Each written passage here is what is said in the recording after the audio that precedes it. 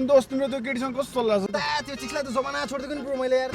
Giddy हानेर म म आइपीमा भरथरी काठमाडौँ आइपी खुब रमाइलो रहेछ यहाँ त कस्तो रमाइलो रहेछ दोस्त के चिन्ता लिएर म एउटा केटी मिलाइदिइहाल्छु नि। ल थ्याङ्क्स यार ल ल ल मा कस्तो मान्छे आइरहेको यो त को हो यो? असाध्यै रमाइलो छ आमा त्यो रामेले फोनै उठायो नि क्या रामेले फोन उठायो नि त्यो कहाँ हो गुन्नी रामे है रामे होइन ओ रामे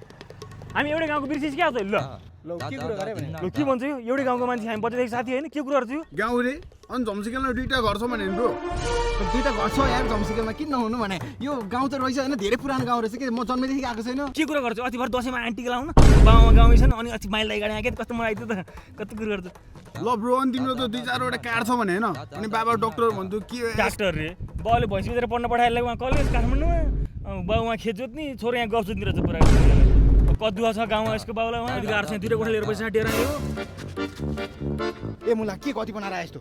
मेरो पेसा हुँदैन के हो बोली त्यस्तो अलिक सहर आयो सहर जसरी बोल्न सहर जसरी लगायो लुगा के हो यस्तो अनि यहाँ यस्तो सबै कुरा चेन्ज हुन्छ भने थाहा छैन मेरो नाम रामे होइन इट्स रेमन्ड आमामामा बाउ रामचन्द्र छोरो रेमन्ड यस्तै कतिले हो क्या तेरो यहाँ उहाँ खाजा खान जान लाग्छ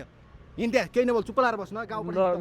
एउटा स्पेगेटी खानु पर्ला होइन पास्तै मिठो हुन्छ। होइन स्पेगेटी मिठो हुन्छ नि पास्तै मिठो हुन्छ। होइन स्पेगेटी मिठो हुन्छ पास्तै मिठो। मकै नि मिठै हुन्छ नि तेरो यहाँ आमाले बिउती नि हाल्छ बिउती खाऊ न के खर्च गर्छ केटा तिमीहरू पैसा म आजकल फेरि मार्बल्सको मुभिजहरू हेरिरहेको छु कि फेरि तिमी के हेर्छौ हेरी म आजकल त्यो एनिमीको सिरिजहरू हेरिरहेको छु क्या। अनि तिमी चाहिँ के हेर्छौ नि? म त दिनभरि भैँसी हेर्छु